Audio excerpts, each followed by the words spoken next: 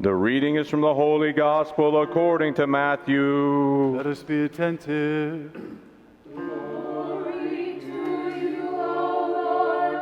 Glory to you. At that time, as Jesus walked by the Sea of Galilee, he saw two brothers, Simon, who was called Peter, and Andrew, his brother, casting a net into the sea, for they were fishermen. And he said to them, "Follow me, and I will make you fishers of men." Immediately they left their nets and followed him. And going on from there, he saw two other brothers, James the son of Zebedee, and John his brother, in the boat with Zebedee their father, mending their nets, and he called them. Immediately they left their boat and their father and followed him. And he went about all Galilee, teaching in their synagogues and preaching the gospel of the kingdom, and healing every disease and every infirmity among the people.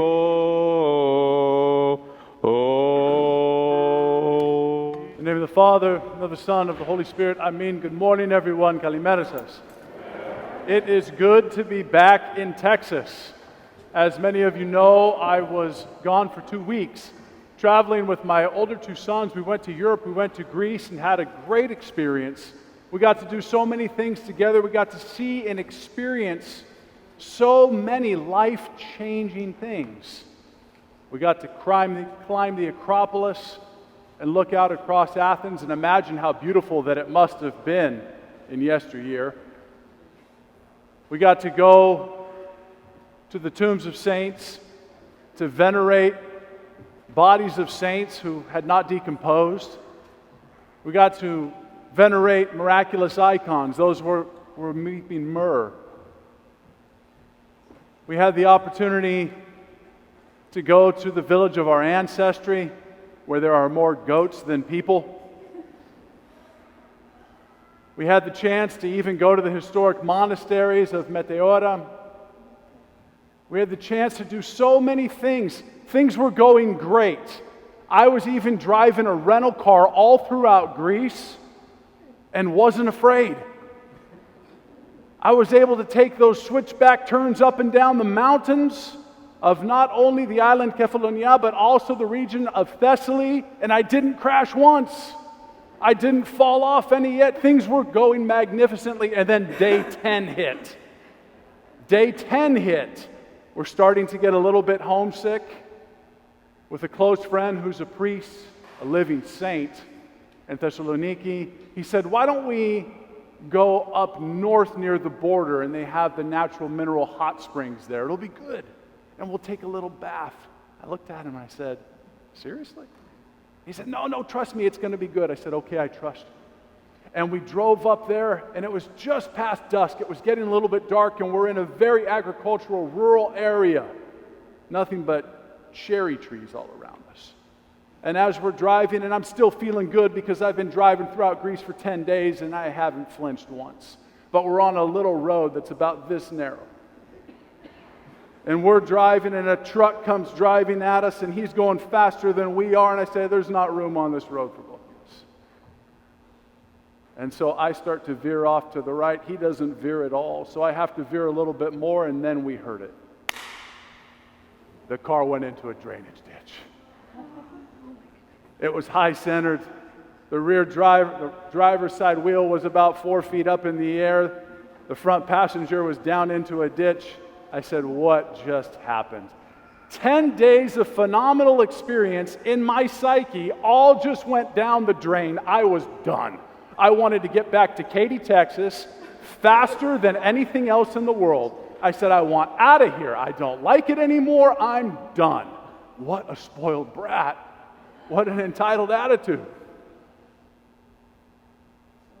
And my friend, that living saint, that priest from Thessaloniki, he started laughing immediately. I said, "What are you laughing about?" And he said, "Now's your chance to start shedding your American mindset and start becoming more Greek. You have to laugh at this, my friend." I said, "You laugh. I have to make sure the insurance covers this." It wasn't too long, because you know how communications take place. You have the telephone, the telegram, and you have the telegreek. It took about 15 minutes before the priest serving the village found out that there was a priest from the U.S. that dumped his car in a drainage ditch. And he showed up in the middle of the night. And Father Konstantinos, Papa Costa, saved the day. Not only did he call somebody with the right tow truck to be able to pull us out, he also told the tow truck driver how to get the car out of the ditch. Remember I told you the car was high-centered and up like that? Well, Father Costa stood up on the side of the car and pulled the whole thing down. And I was sitting there in disbelief. He took us out to eat. The next morning he showed up where we stayed the night. He had tiropitas for the boys and for me. And he taught me so many lessons in his presence, how he handled my small adversity for the day, and also gave me great advice as a senior priest throughout that evening and half a day that we spent together.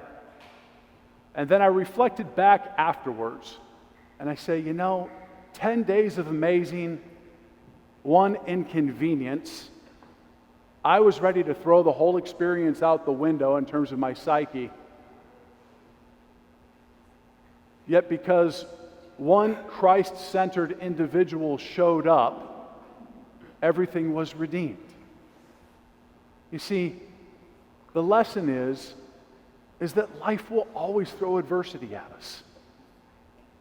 Whether it's something almost trivial, like dumping a rental car in a drainage ditch in northern Greece, or if it's the more meaty things in life, the more substantive challenges that each and every one of us have gone through to one extent or another, life will throw adversity at us.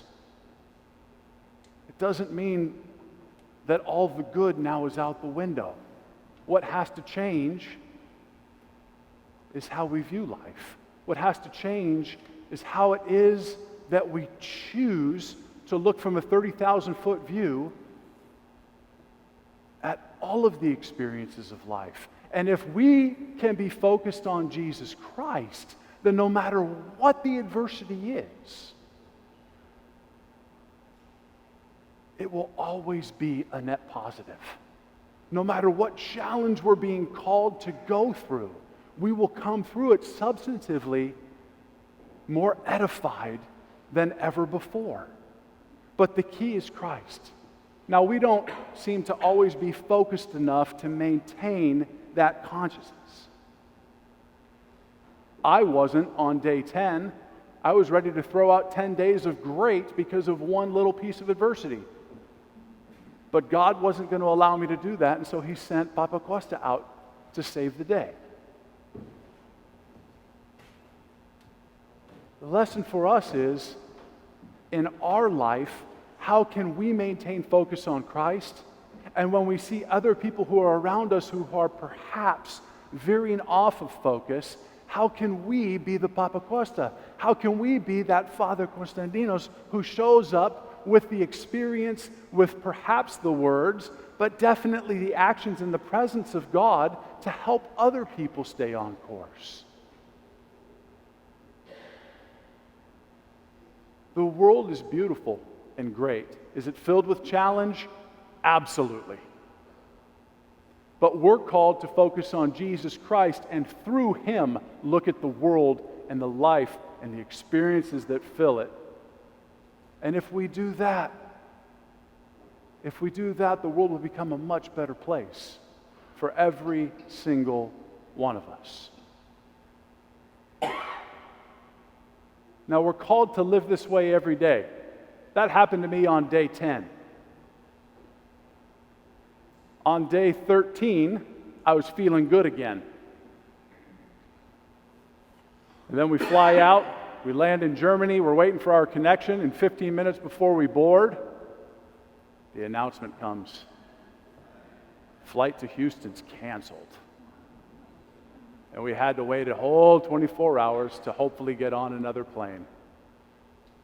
And immediately, I went back to my cynical self. Oh, here we go. I'm never traveling again. I'm definitely not traveling out of the country. And I had to remember Papa Constantinos. And it was at that time, all of a sudden I looked down and on my WhatsApp, which he's the one who forced me to download because he's into social media and I'm not, I get a message from him saying, just checking in, hope everything's going well on the rest of your trip. And I looked up and I said, I'm sorry. We're all a work in progress. We all have to try hard every day. And if we focus a little bit every day with a greater intent to view the world, to view the good, the bad, and the ugly, all through the lens of Jesus Christ, things all get better. May the glory of God be witnessed through the way that we choose to view the world, the way that we choose to engage the world, and the happiness that we choose in this life. Amen.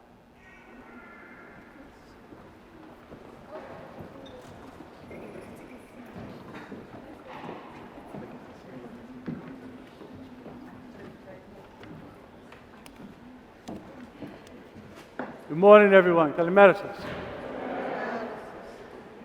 And happy Father's Day. To all the fathers who are here within the community, have a household at home, to all who are a father figure to someone in their life, and to the fathers of our community as well. Not only the clergy, but also the men who have stood over these last 3 decades of St. Basil's life, helping to cultivate a vineyard for God to be able to save our souls. Happy, happy Father's Day. You know, fatherhood, authentic fatherhood, needs greater attention in our society and needs to be uplifted to a higher status within society. All of the societal problems which we have today are traced back to one of 2 sources. One, an absence of God, an absence of our Father in heaven, and secondly, an absence of true father figures in the lives of people in our society today. Unfortunately, so many are reared within society absent a father in the household or father figures outside of the household. Could you imagine trying to navigate life without our Father who is in heaven? And imagine also trying to navigate life without a father figure in our lives. So to all of the men who have taken seriously the charge of being fathers, whether biological or in any other capacity, society says to you, thank you. Because of the job that you're doing, we are still hanging on. Let's strengthen our resolve, become better men and better fathers so that the world may be better around us. We know that that Father is always present and looking after us. Let's make sure that the fathers here are doing the same thing as well. Happy Father's Day.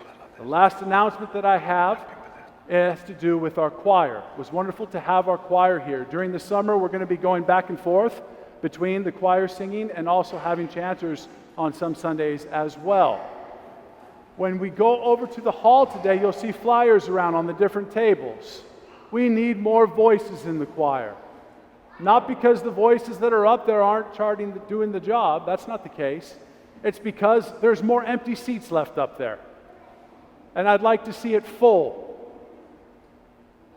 A, it becomes edifying for our community to have more and more people singing, but B, it's edifying for anyone who even has a little bit of a voice and feels a calling by God to glorify God by singing the hymns of the Divine Liturgy to do so.